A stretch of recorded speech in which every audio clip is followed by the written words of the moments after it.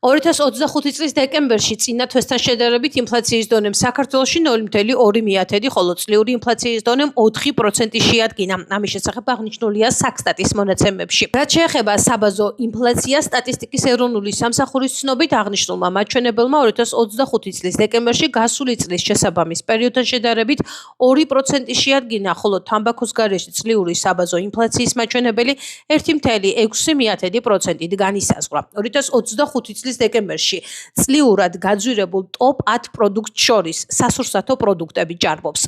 სურსათი და უალკოჰოლო სასმელები ჯგუფში ფასები გაიზარდა 8.8%-ით, რაც წლიური ინფლაციაზე 2.98% პუნქტით აისახა. ფასები მომატებულია ქვეჯგუფებზე: თევზეული, ხილი და ყურძენი, პური და პურპროდუქტები, ყავა, ჩაი და კაკაო, ზეთი და ცხიმი, შაქარი, ჯემი და სხვა ტკბილეული, ხორცი და ხორცის პროდუქტები, რძე, ყველი და კვერცხი, მინერალური და წყაროს წყალი, უალკოჰოლო სასმელები და ნატურალური წვენები, ბოსტნეული და ბაღჩეული.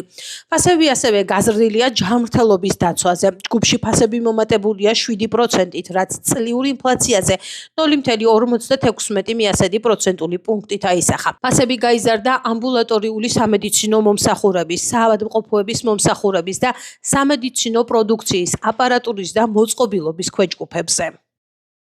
მთავრობამ სურსათის ფასებთან დაკავშირებით სამთავრობო საკოორდინაციო კომისია შექმნა. ამის შესახებ აღნიშნულია მთავრობის 30 დეკემბრის განკარგულებაში. დოკუმენტში, რომელსაც ხელს ირაკლი კობახიძე აწერს, აღნიშნულია სასურსათო პროდუქციის ფასებთან დაკავშირებით სამთავრობო საკოორდინაციო კომისიის შექმნის შესახებ საქართველოს მთავრობის სტრუქტურის უფლებამოსილებისა და საქმიანობის წესის შესახებ საქართველოს კანონის 39 მუხლის პირველი პუნქტის შესაბამისად შეიქმნას სასურსათო პროდუქციის ფასებთან დაკავშირებით სამთავრობო საკოორდინაციო კომისია.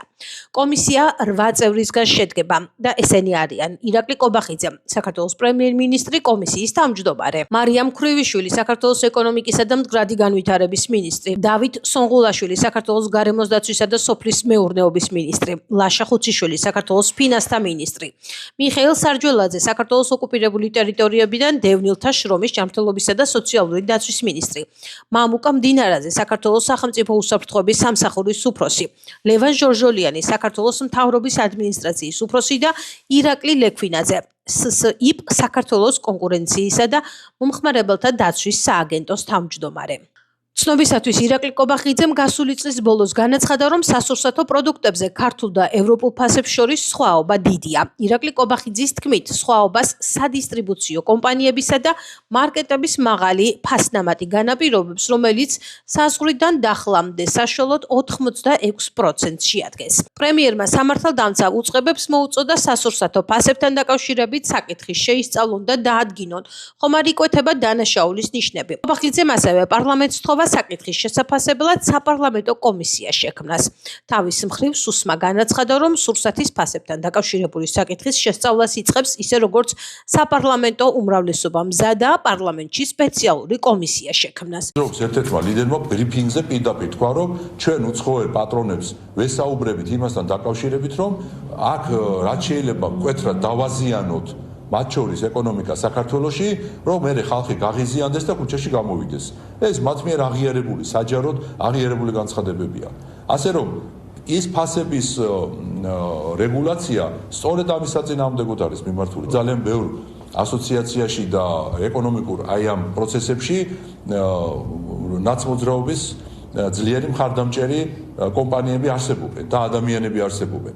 და მათთვის რა თქმა უნდა ორმხრივად მომგებიანია ეს პროცესი. ერთი რომ ჯიბეს გაისქელებს და მე დააფინანსებს რადიკალურ აქციებს და მეორე რომ ხალხს ეთქვის, რომ აი ხომ ხედავთ რა შვება მთავრობა, როდესაც ასეთი მაღალი ფასებია საქართველოში. როგორც მთავრობის ფორმატში, აღმასრულებელი ხელისუფლების ფორმატში, ისე საპარლამენტო ფორმატში აღმასრულებელი საკითხის განხილვა მოხდება, შეიქმნება შესაბამისი კომისიაც იმისათვის, რომ არსებულ გამოწვევას სათანადო პასუხი გაეცეს და ის არარეალური ფასები, რომელიც ჩვენს შედარებით გაცილებით უფრო მაღალია ვიდრე ჩვენს მეზობელ ქვეყნებში ან ევროკავშირის წელქვეყნებში, მაშინ როდესაც ამავე ქვეყნებში გაცილებით უფრო ძვირი და უფრო მეტი ხარჯი უწევთ ადამიანებს და ბიზნესს რომ გაწიოს, მაშინ ჩვენ ქვეყანაში მარჟებზე, რომელიც არის რამდენიმეჯერ გაცილებით უფრო დიდი ვიდრე სხვა ქვეყნებში, ამასაც სათანადო პასუხი ჭირდება და თუ საკანონმდებლო ცვლილებების შესაბამისი საჭიროებაც იქნება, რა თქმა უნდა, პარლამენტი არც ამაზე არ დაიხევს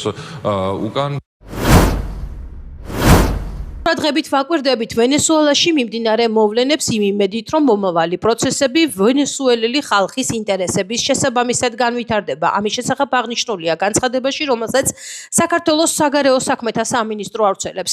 უწყება იმედს გამოთქვამს, რომ ვენესუელაში ბოლო დროს განვითარებული მოვლენები ვენესუელის ხელისუფლების მიერ საქართველოს ოკუპირებული რეგიონების აღიარების გაუქმებას გამოიწვევს. იმის გათვალისწინებით, რომ ვენესუელის ხელისუფლებამ საერთაშორისო სამართლის უხეში დარღვევით საქართველოს ოკუპირებული რეგიონები, აფხაზეთი და ეგრეთ წოდებული სამხრეთ ოსეთი დამოუკიდებელ სახელმწიფოებად აღიარა, გამოვთქვამთ იმედს, რომ ბოლო დროს განვითარებული მოვლენები ამ უკანონო გადაწყვეტილების გაუქმებას გამოიწვევს საქართველოს ეროვნული ინტერესებისა და საერთაშორისო სამართლებრივი პრინციპების შესაბამისად, აღნიშნულია განცხადებაში.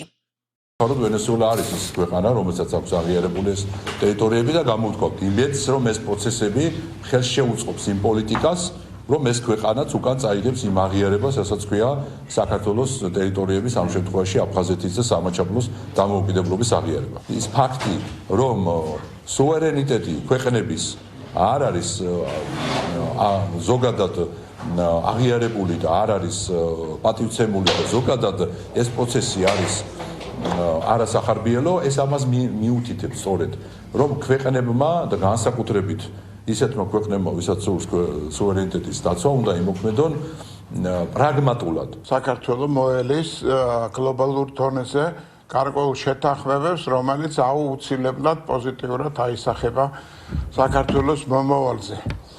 თუნდაც დღევანდელ დღეზე.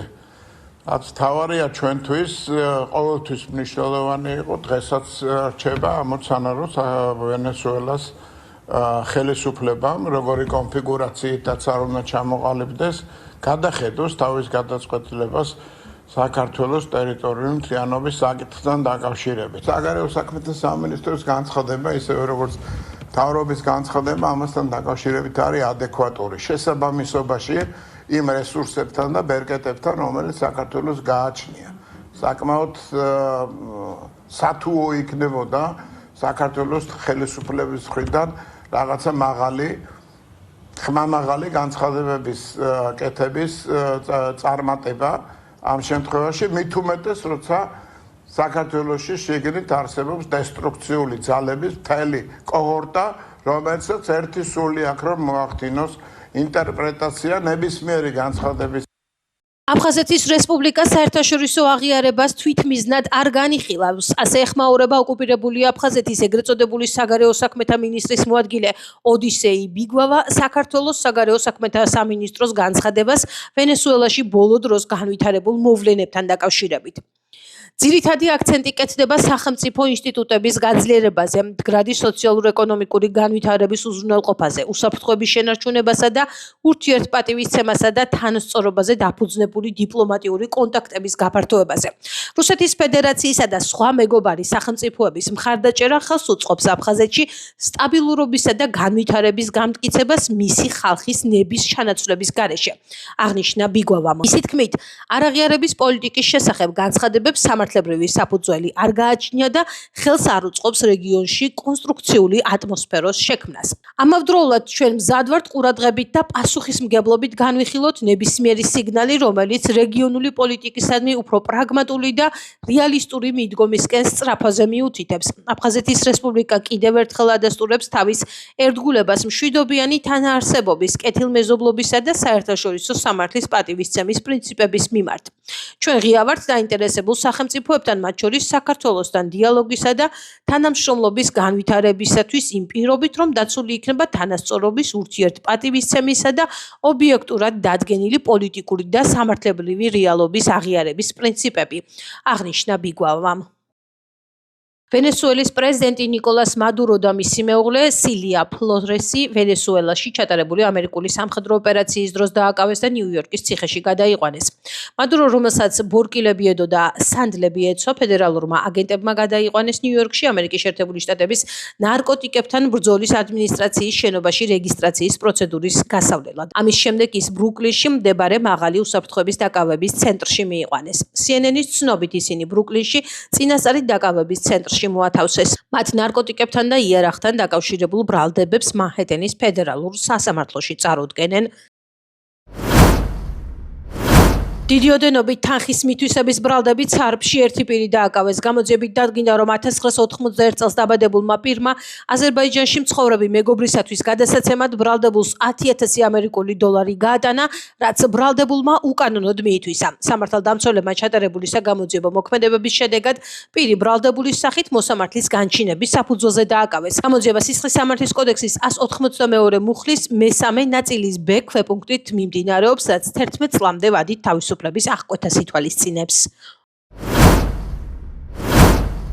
ქუთაისში დევნილ ოჯახებს ოკუპირებული ტერიტორიებიდან დევნილთა შრომის ჯანმრთელობისა და სოციალური დაცვის მინისტრი მიხეილ სარჯოლაძე, შერიგებისა და სამოქალაქო თანასწორობის საკითხებში სახელმწიფო მინისტრ თია ახვლედიანთან ერთად ესტუმრა და შობა ახალი წელი მიულოცა. 1600-ზე მეტი დევნილი ოჯახი ქუთაისისა და თბილისის საცხოვრებელ კომპლექსებში ახალ 2026 წელს გარემონტებულ ახლად გადაცემულ ბინებში შეხვდა. იძულებით გადაადგილებული ოჯახებისთვის საცხოვრებელი კომპლექსების მშენებლობა აქტიურად გრძელდება და ამ ეტაპზე ერთდროულად 4 ქალაქში, თბილისში, რუსთავში, ზუგდიდსა და ბორჯომში მიმდინარეობს დევნილი ოჯახებისათვის სრულფასოვანი საცხოვრებელი გარემოს შექმნის მიზნით. ყველა პროექტი გარე ინფრასტრუქტურის კეთილმოწყობასაც ითვალისწინებს, ნათქვამია გავრცელებულ განცხადებაში.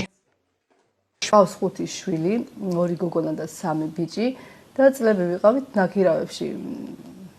და ჩვენი ოცნება იყო მართლა, რომ ჩვენი საკუთარი ბინა გქონოდა და ესეც მოხდა 2025 წელს სახელმწიფომ გადმოგცა საჩუქრად ახალი ბინა, რომელშიც ახლა ჩვენ ვცხოვრობთ. გვინდოდა რომ ეს დღე მიგველოცა რამდენიმე ასეთი გამორჩეული ოჯახისთვის განსაკუთრებულად და მიგველოცა გვესურვა ყოველივე საუკეთესო, როგორც წარმატებული იყო 2025 წელი მათი ოჯახებისთვის, რა თქმა უნდა, მეტად წარმატებული ყოფილიყოს გვინდოდა გვესურვებინა 2026 და ყოველი მომდევნო წელი თითოეული ქართული ოჯახისთვის. გვინდოდა გამოგვეხატა ჩვენი დამოკიდებულება და ემოცია, რომ გვესურვებინა, რომ რაც შეიძლება მალე მათ ჰქონდეთ შესაძლებლობა, რომ თავიანთ მიწაწყალზე იზოიმონ ახალი წელიც და ნებისმიერი სასიხარულო ამბავი თითოეული ასეთი ოჯახის ისტორიაში.